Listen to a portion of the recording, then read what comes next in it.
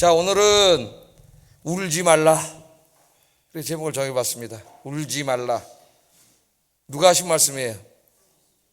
우리 예수님이 하신 말씀입니다. 이 세상에서 가장 견디기 슬픈 고통과 슬픔 속에 흐느껴 울고 있는 한 여인을 찾아오셔서 우리 주님이 위로하신 말씀이에요. 울지 말라. 울지 말라.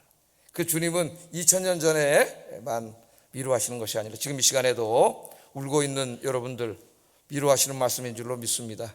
여러분들이 주님 손잡고 주님께 나오면 울지 말라 하시는 주님의 음성이 들릴 거예요. 그러면 얼마나 위로가 되겠습니까? 주님이 울지 말라 하시는데. 오늘이 바로 그 듣는 시간이 되기를 주의 이름으로 축복합니다. 자, 오늘 본문은 예수님께서 아들을 잃고 슬픔과 고통 가운데 있는 한 여인을 찾아오셔서 이 죽은 아들을 살려주시는 그런 이야기입니다. 그 누구도 죽은 사람을 다시 살릴 수는 없습니다. 누가복음의 저자인 누가는 직업이 의사인 사람이에요. 그는 누구보다도 죽은 자가 다시 살아날 수 없다는 것을 잘 알고 있는 과학자입니다. 그런데 이 의사인 누가는 예수님이 죽은 자를 살리신 이야기를 누가복음에 기록함으로써 예수님이 단순히 선지자나 인간 랍비나 혹은 어떤 도덕적인 훌륭한 도덕 선생님 그 정도의 분이 아니고 그분이 바로 생명을 주시는 하나님임을 우리에게 알리고 있습니다. 그게 복음이에요. 복음. 십자가에서 죽으시고 부활하신 예수님이 주님이시다. 여러분의 주님이십니다. 여러분의 하나님이십니다. 주님은 하나님이라 그랬죠. 그게 복음이에요. 일반 역사가들도 예수님을 압니다. 2000년 전에 저 나사렛 유대 땅에 있던 사람이고 가난하고 소외된 사람들을 사랑하고 아꼈던 분이고, 그러나 억울하게 로마인들에게 붙잡혀서 정치범으로 십자가에서 처형당한 그런 훌륭한 분이라는 것은 알고 있어요. 그래서 4대 성인이라고 높이고 있고, 에리크 프롬 같은 독일의 사회심리학자도 존재의 삶을 산 4분의 성인 중에 예수님도 그런 삶을 사셨다고 높이고 있습니다. 물론 예수님은 인간적으로도 그렇게 훌륭하시고 사랑이 많으신 분이지만 거기서 끝나면은 자유주의 신학자들에게 속아 넘어가는 거예요. 예수님은 단지 인간이 아니라 죽은 사람을 살리셨잖아요. 인간은 죽은 사람을 살릴 수 없어요. 죽은 사람에게 죽은 사람 살릴 수 있는 것은 그 생명을 만드신 하나님밖에 없어요. 그래서 이 누가가 이 이야기를 오늘 여기에 기록한 거예요. 오늘 아침에는 이제 나인성 과부의 죽은 아들을 살려주신 이 이야기를 통해서 예수님이 인간의 세상에 오신 목적에 대해서 살펴보려고 합니다. 크게 2가지로 살펴보려고 하는데, 첫째는 하나님 떠난 인간이 필연적으로 이 땅에서 겪을 수밖에 없는 모든 슬픔과 고통을 치유하고 회복하기 위해서 오셨습니다. 저를 포함해서 여기 누구도 이 땅에 살아가는 동안 고통과 슬픔이 없는 인생을 살아간 사람은 없어요. 살다 보면 몇 번씩 우리 인생에 그런 걸 찾아옵니다. 하나님 떠난 인간의 필연적인 실존이에요. 근데 우리 예수님이 이 땅에 왜 오셨느냐? 그걸 너무나 아시고 울고 있는 우리를 울지 말라 위로하시고 죽은 자를 향해 일어나라고 말씀하신 그 주님이 우리의 문제를 해결해 주시기 오신 거예요. 이게 첫 번째 이 구원입니다. 시제가 현재죠. 우리가 살고 있는 우리의 삶 속에서. 두 번째, 더 궁극적인 구원이 있어요. 더 궁극적인 목적. 인간의 죄를 사하시고 영원한 생명을 주시기 위해서 오셨음을 오늘 보여줍니다. 죽은 자를 살리심으로써 예수님은 생명의 주관자임을 우리에게 보여주고 있어요.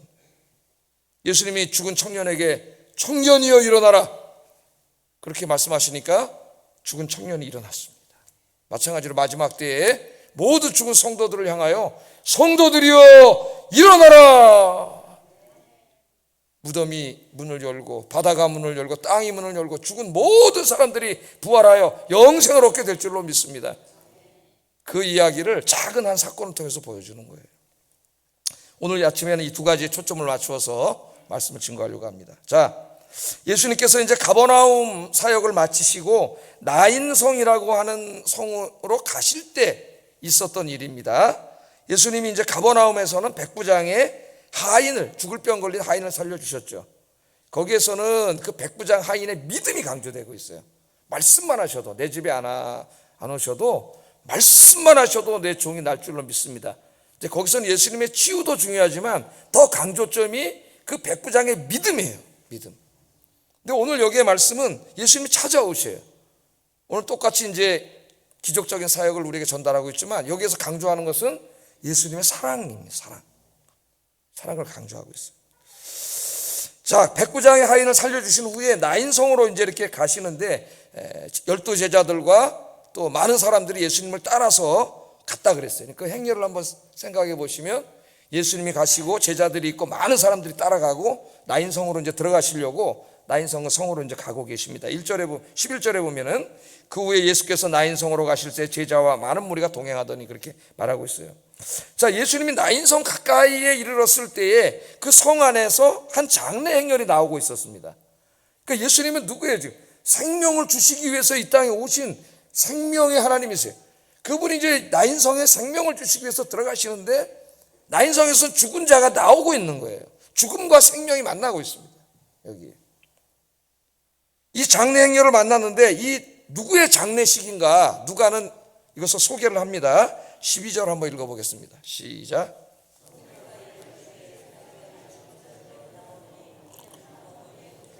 그의 어머니는 과부라 그 성에 많은 사람도 그와 함께 나오거늘. 여기 죽은 자는 누굽니까? 청년이에요. 청년, 젊은이입니다. 젊은이가 죽었습니다. 그 죽은 자의 어머니는 누구예요? 과부라 그랬어요. 과부. 그러니까 한 과부의 하나밖에 없는 독자라 그랬습니다. 독자. 한 과부의 하나밖에 없는 독자인데 그 독자가 죽은 거죠. 젊은 아들이. 그래서 이 어머니가 지금 흐느껴 울고 있는 그런 모습이에요.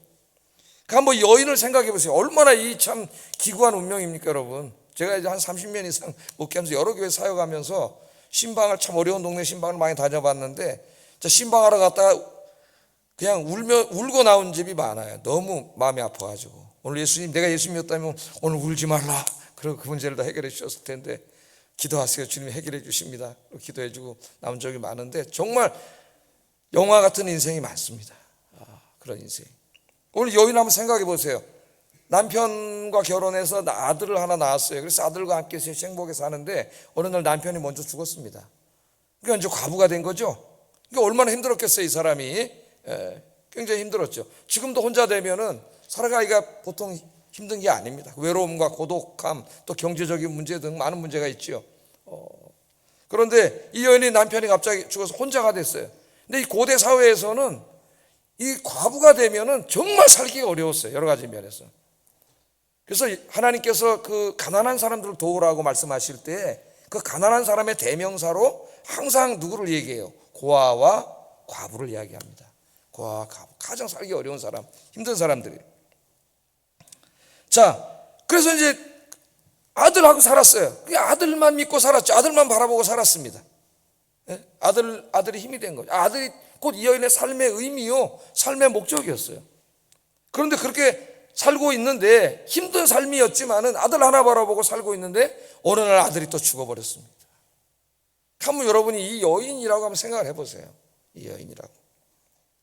이 세상에서 아마 가장 감당하기 힘든 슬픔과 고통 속에 있는 그런 여인입니다. 이 여인이 지금 장례 행렬 속에서 흐느껴 울고 있습니다. 흐느껴. 여러분 흐느껴 울어보셨나요? 흐느껴 울어보셨나요? 제가 한번 흐느껴 우는 사람을 봤어요. 저 군 생활할 때 저희 부대에 한 그 쫄병이 병사가 보초를 서다가 군 생활을 견디지 못하고 자살을 했습니다. 자살을. 전방에는 이제 보초 나갈 때 실탄을 줘요. 그래서 우리도 항상 실탄을 다 장전해가지고 이제 나가면 후방에는 총만 들었지 실탄이 없어요. 그냥 빈총이에요. 그거 여기 있는 사람들은. 전방에 나가면 다 실탄을 다 장전하고 나요. 다 장전하고 이제 여기다 또 실탄 가지고 예비 실탄 가지고 자물쇠만 안전하기 때문에 자물쇠만 딱 끌면 빵 쏘면 나갑니다. 총이. 근데 얘가 이제 나도 여기다 쏴가지고 일루 총알에 나가서 이제 죽었는데 엄마가 와가지고 우는 걸 봤습니다. 우는 걸. 근데 진짜 흐느껴 울더라고요. 흐느껴 울어요. 진짜 이게 흐느껴 온다는 거예요. 오늘 아마 이 여인이 그렇게 울고 있었어요. 몸도 가누지 못한 채. 이제 무슨 살아갈 희망이 있겠습니까? 이 여인이 그냥 그렇게 울고 있는데 예수님이 지나가시다가 이 장례 행렬 속에 이 여인을 본 거죠. 예수님하고 마주친 거예요.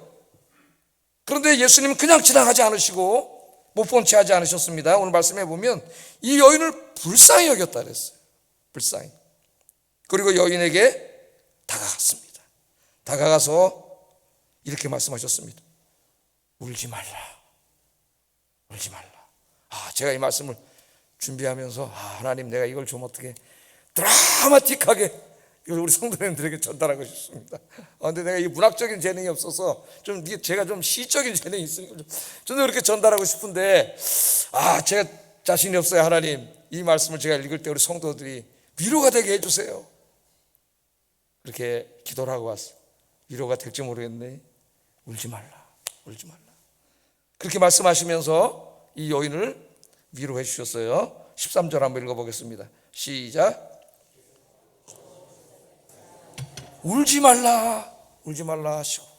그거 한번 생각을 해보세요. 울지 말라 하시고. 그런데 여기 보면 누가가 우리 예수님을 얘기할 때 주께서라고 호칭을 하고 있습니다.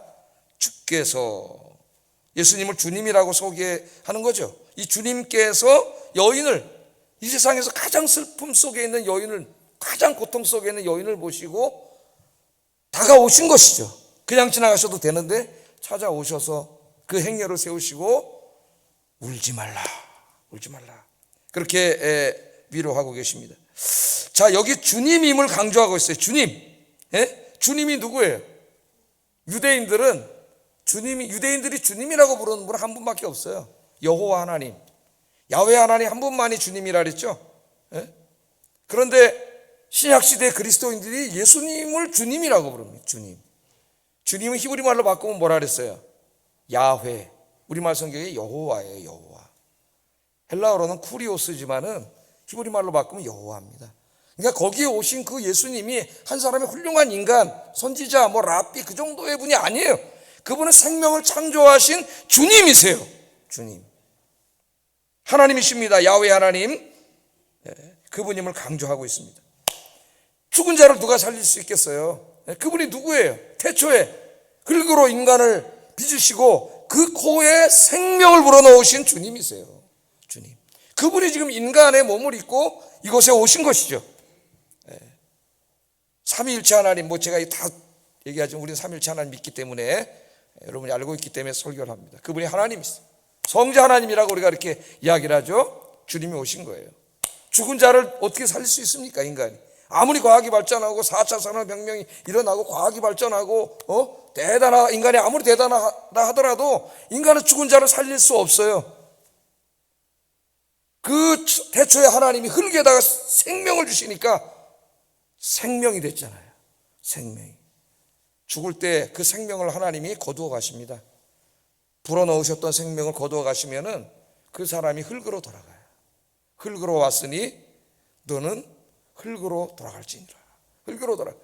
죽으신 분 여러분 아마 가족 중에 입관을 해보신 분은 아실 겁니다. 죽은 지 하루 이틀이 지나면은 팍 굳어가지고 팍 퍼대 마네킹처럼 됩니다. 섬유질이 굳어서 그렇게 해서 이제 한 줌의 재로 흙으로 돌아가는 것이죠. 그 생명의 본질이 거기에 있지 않음을 가르쳐줘요. 그 생명을 하나님 데려가시면 끝이에요. 인간은. 생명을 만드신 분도 하나님이고 주신 분도 하나님이고 그것을 거두어 가시는 분도 하나님이세요. 오늘 이 누가는, 의사의 누가가 예수님을 주님이라고 그렇게 부르고 있습니다. 그러니까 이게 뭘 전하려고 하는 거예요?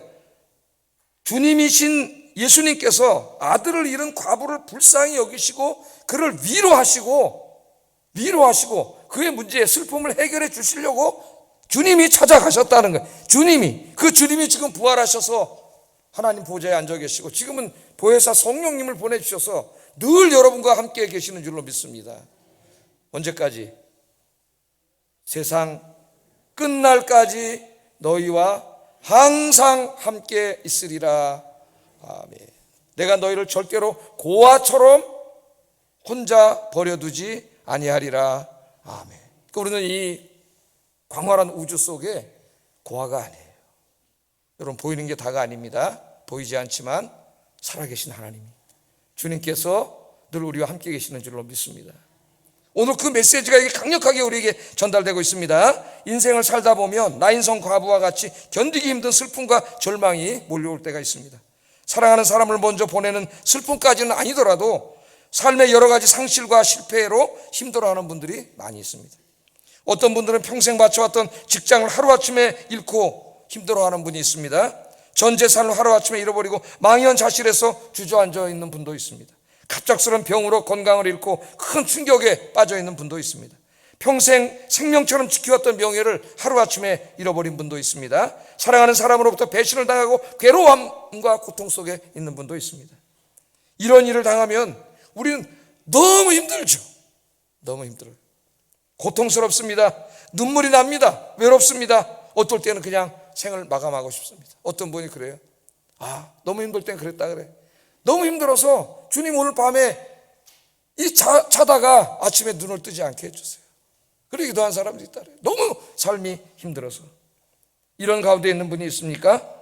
오늘 말씀을 꼭 기억하시기 바랍니다. 여러분 혼자가 아닙니다. 여러분 사랑하시는 주님께서 여러분과 함께 계십니다.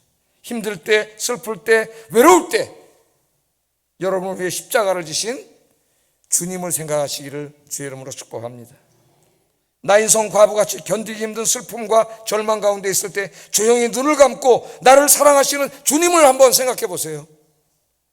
울지 말라 하시는 주님의 음성이 들릴 겁니다. 여러분이 주님을 붙잡고 주님 앞에 나가면, 십자가 앞에 나가면 오늘 나인성 과부를 위로하신 그 주님의 음성, 울지 말라 하시는 음성이 들릴 거예요. 예수님은 우리가 어디로 가서 무엇을 하든지 항상 우리와 함께 계십니다. 우리가 힘들어할 때, 도저히 감당하기 힘든 슬픔과 고통 가운데 있을 때 항상 우리 곁에 계시면서 울지 말라고 위로해 주십니다. 이 음성을 듣고 힘내시기를 주의 이름으로 축복합니다. 자, 우리 인간도요 다른 사람을 위로할 수 있습니다. 위로는 중요한 사역이에요. 그리스도인들에게. 여러분 슬픔 당한 사람 있으면 위로해 주세요. 꼭 내가 가서 무슨 말을 하지 않아도 그 자리에 함께 있어 주는 것이 그게 위로예요. 그래서 우리 하나님이 장례식장에 참여하라 그래서 장례식장. 왜냐하면 거기는 가장 큰 슬픔을 당한 사람이 있는 곳이기에 우리가 거기에 참여해야 합니다. 그러나 우리는 위로할 수 있지만은 그 문제를 우리가 다 해결해 줄 수는 없어요. 전 목사지만은 같이 울 수 있지만은 위로할 수 있지만 그 문제를 내가 다 해결해 줄 수가 없어요. 그런 걸 많이 느끼죠. 그러나 우리 예수님은 다릅니다. 예수님은 하나님이세요. 그분은 전능하신 하나님이세요. 오늘 예수님은 위로만 하신 것이 아니라 이 여인의 슬픔을 근본적으로 해결해 주셨습니다. 근본적으로. 자, 여러분 이 장례 행렬을 한번 상상을 한번 해보세요. 상상을. 책을 읽고 여러분 오랫동안 기억하려면은 책을 읽은 내용을 책을 놓고 머릿속으로 한번 이렇게 그림으로 상상하는 게 굉장히 중요합니다. 그러면 잊어먹지 않아요. 저는 책을 한 권씩 다 읽고 이렇게 책 뒤에다가 읽은 내용을 이렇게 요약해놔요. 간단하게 그림을 그리면서 머릿속에. 그래서 책 내용을 다 기억하고 있어요. 그래서 머릿속에 이걸 계속 읽어가지고 제 방에 가면 한 5, 6천 권 책이 있는데 거의 다 읽은 책입니다. 머릿속에 싹 들어갔어요. 하드디스크에 이게 딱 저장이 돼 있어가지고 제 하드가 10테라바이트는 되는 것 같아요. 10테라바이트. 설교할 때 여기서 나와요. 근데 요새는 좀 이제 이 컴퓨터가 연식이 오래돼가지고 좀 잊어먹고 그렇습니다. 며칠 전에 내가 어디서 읽었지? 잊어먹는 것도 있어요. 뭐 어쩔 수 없지 뭐. 늙어가는 건데 그건 어쩔 수가 없는 거예요. 자, 유대인의 장례식을 한번 오늘 성경을 읽으면서 머릿속에 한번 그려보세요. 유대인의 장례식은 많은 부분에서 우리나라와 좀 다릅니다. 이 장례식을 여러분들이 우리나라 장례식에 그림을 그려놓고 책을 읽을까봐, 성경을 읽을까봐 이제 말씀드리는 거예요. 우리나라는 이제 장례, 사람이 죽으면 어떻게 해요? 옛날에는 이제 그 입관하기 전에 염을 목사님들이 하셨어요. 그런데 지금 다 병원에서 이제 다 절차를 하죠. 그래서 3일장을 치르지 않습니까? 3일장을 치르게 되고 나중에는 이제 그 발인할 때 관에다가 사방으로 밀폐된 관에 시신을 얹혀서 이제 그 관을 들고 나가요. 근데 이 장례 행렬이 그런 행렬이 아닙니다. 여러분 좀 달라요. 유대인들은 날씨고 뭐 이런 것 때문에 3일까지 가지 않고 사람이 죽으면 그날 장례를 치릅니다. 그날 이제 장례를 치르게 되는데 운구를 할 때에도 밀폐된 관을 사용하지 않아요. 그래서 다 이제 처리를 하고 이제 천으로 이제 시신을 감싼 다음에 그 시신을 그냥 이렇게 평평한 판 위에 올려놓는 거예요. 그래서 그 판을 들고 이제 오늘 지고가 따르는데 내매 가는 겁니다. 오늘 예수님이 만난 시신은 바로 그런 시신이에요. 근데 유대인들은 시신을 만지면 안 되죠. 율법에 시신을 만지면 일주일 동안 부정해진다 그랬어요. 근데 오늘 예수님께서 가서 그 관을 만지셨다 그랬어요. 행렬을 세웠습니다. 예수님께서 예수님은 그 죽음의 세력에 의해서 오염되시는 분이 아니라 그 죽음의 세력을 정복하시는 하나님임을 말씀하고 있는 거예요. 예수님이 만지면 죽은 자가 살아납니다. 할렐루야. 우리는 못하지만 주님이 만지면 죽은 자가 살아나는 거예요. 자, 예수님이 장녀의 행렬을 보고 다가가셨습니다. 울고 있는 여인에게 울지 말라 위로하셨어요.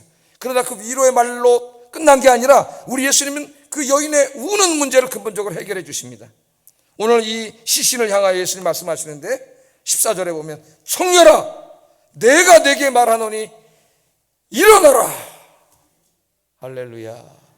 아이 벌떡 일어나셔야 되는데 일어나라 말씀을 하시죠. 예수님의 이 한마디에 죽은 청년이 벌떡 자리에서 일어났습니다. 예수님은 위로만 하신 것이 아니라 그 슬픔의 문제를 근본적으로 해결해 주셨어요. 오늘 여기 보면 예수님이 뭐라 그랬어요? 내가 네게 말한다 이렇게 말합니다. 내가 네게 말한다. 내가 네게 말하노니 이렇게 말합니다. 창조주이신 주님께서 하나님의 권세로 말씀하신 거예요.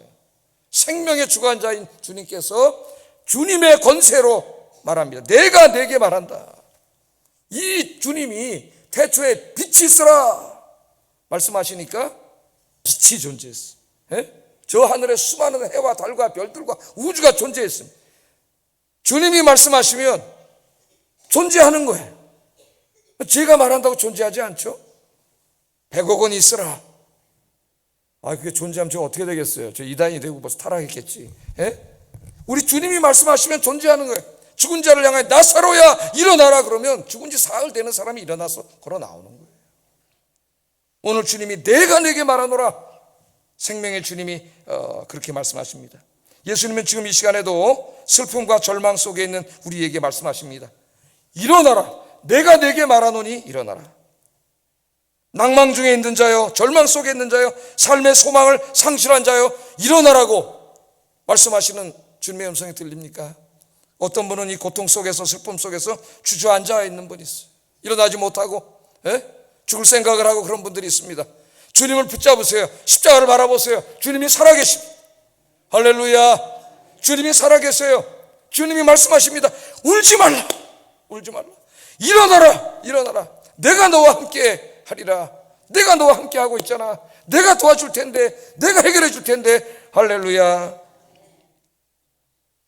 우리가 우리 주님을 붙잡으면, 주님을 의지하면 주님께서 우리의 모든 문제들을 능히 해결해 주실 줄로 믿습니다.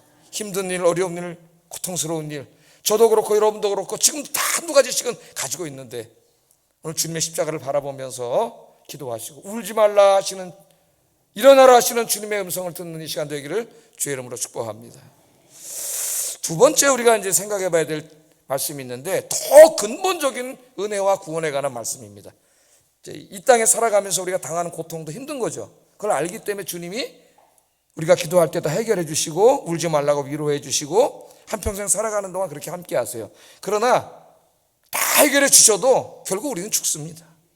오늘 이 나인성 과부의 아들도 살아났지만 또 죽었어요. 더 근본적인 은혜가 있어요.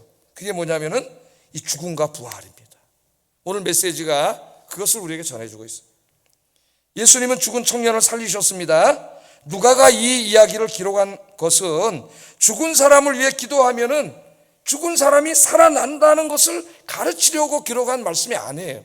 오늘 잘못 해석을 해가지고 어떤 사람들이 그래서 우리 그리스도인도 죽은 자를 살릴 수 있습니다 막 이러면서, 물론 하나님은 죽은 자를 살리실 수 있어요. 성경을 잘못 그렇게 이해하는 거예요. 누가가 예수님이 나인성 과부의 아들을 살리신 이야기를 기록한 것은 예수님이 죽음의 문제를 해결하기 위해 이 땅에 오신 하나님의 아들이심을 알리기 위함입니다. 그 일은 주님만이 하실 수 있는 일이에요. 하나님 떠난 인간의 최대 비극이 뭡니까 여러분? 죽음이에요. 죽음. 그죠? 죽는 거예요. 아무리 지금 건강하고 뭐 대단한 사람이라 할지라도 잠시 후면 죽습니다. 죽는다는 걸 생각하면 무서워요.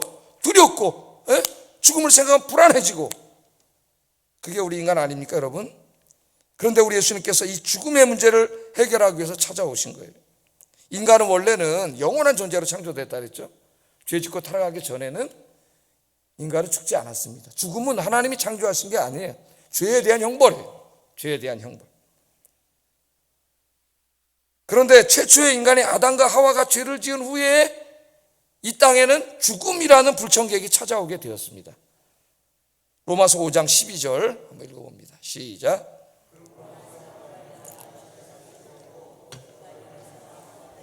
이와 같이 모든 사람이 죄를 지었으므로 사망이 모든 사람에게 이르렀느니라. 여기 분명히 보면 왜 인간에게 죽음이 찾아왔는가를 하나님 분명히 가르쳐 주셨어요. 한 사람의 죄로 말미암아 죽음이 모든 인간에게 죽음이 찾아오게 됐다, 그렇게 이야기합니다.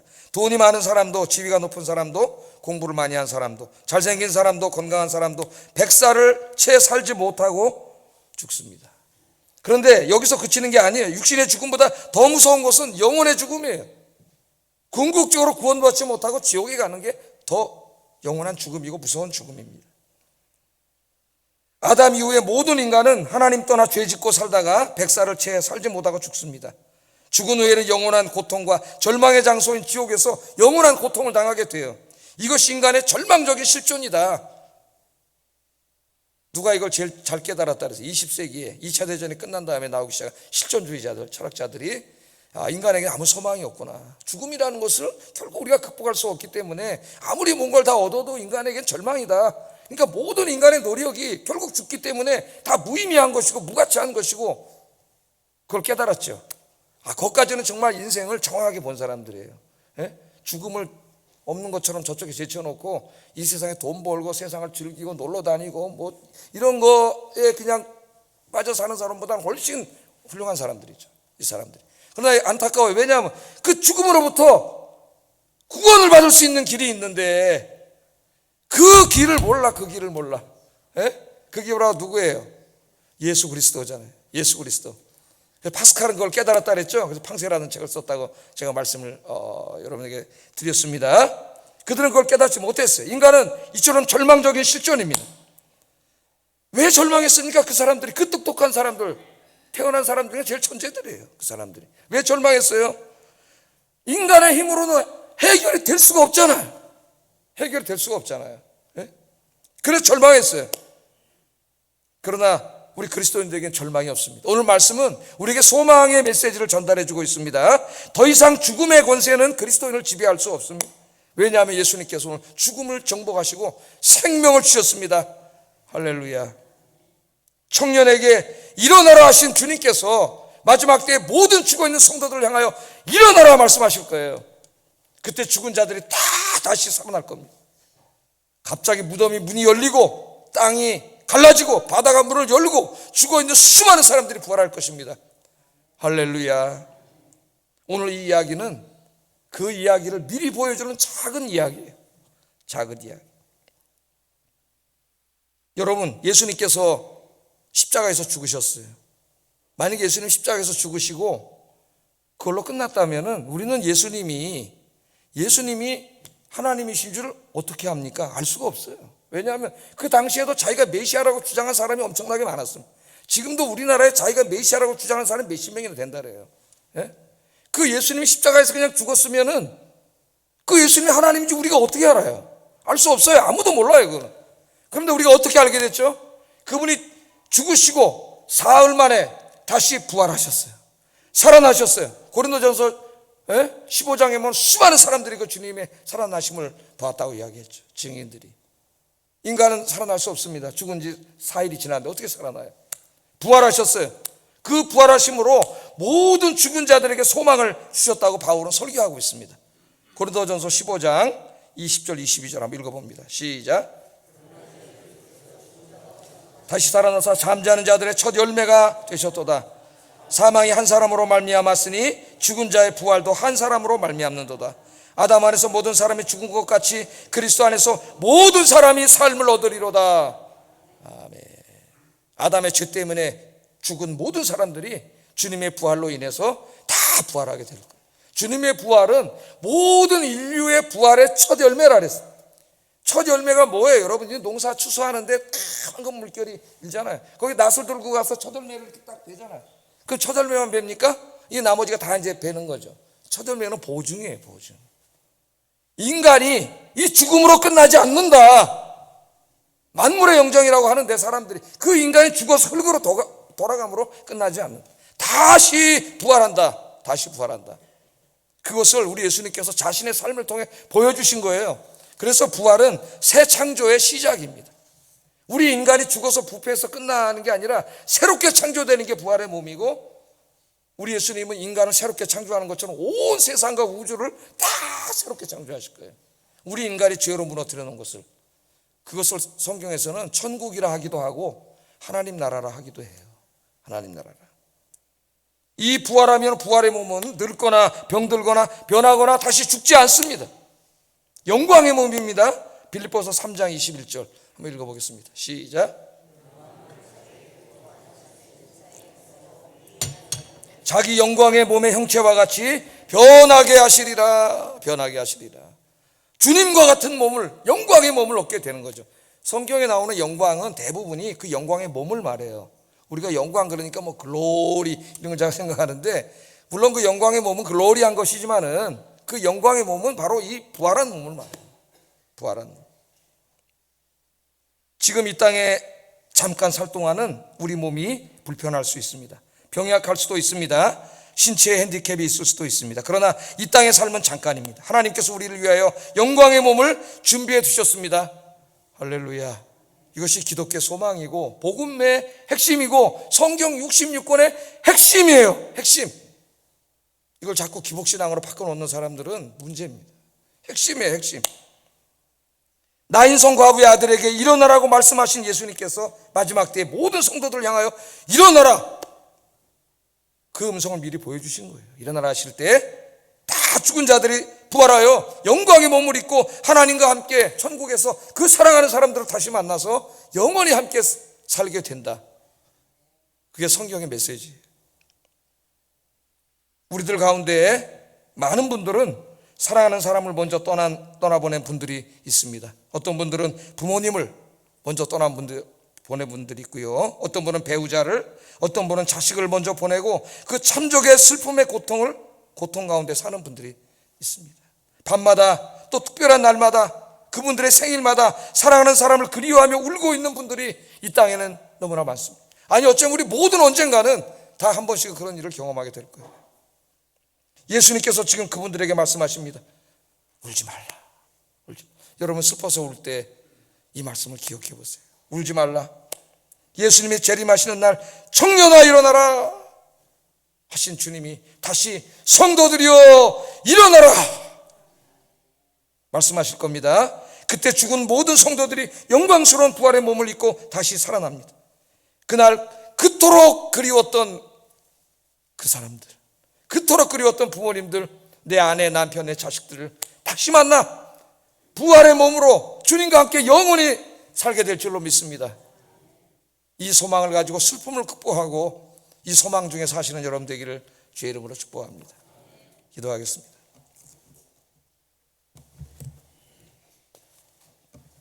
울지 말라고 위로하시는 주님의 음성이 들리게 하소서.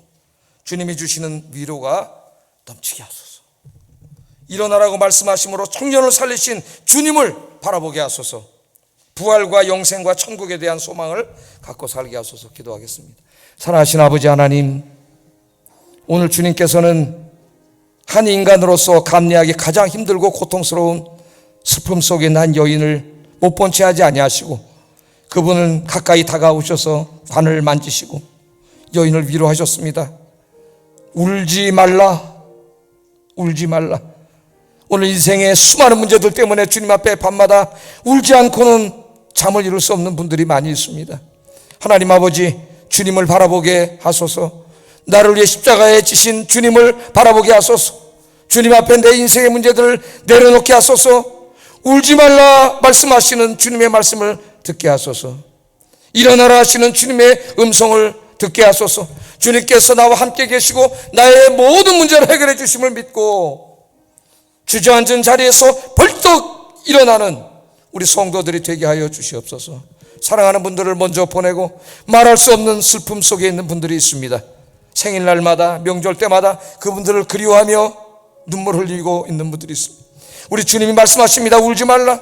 마지막 때에 우리 주님이 일어나라 하실 때에 모든 죽은 자들이 부활하여 영광스러운 몸을 입고 주님 나라에서 영원히 살게 될 날이 있습니다. 그날 우리는 사랑하던 그분들, 너무나 그립던 그 사람들을 다시 만나 영원히 함께 살게 되는데, 이 소망을 갖고 위로받는 우리 아영교인들이 되게 하여 주시옵소서. 예수님 이름으로 기도드립니다. 아멘.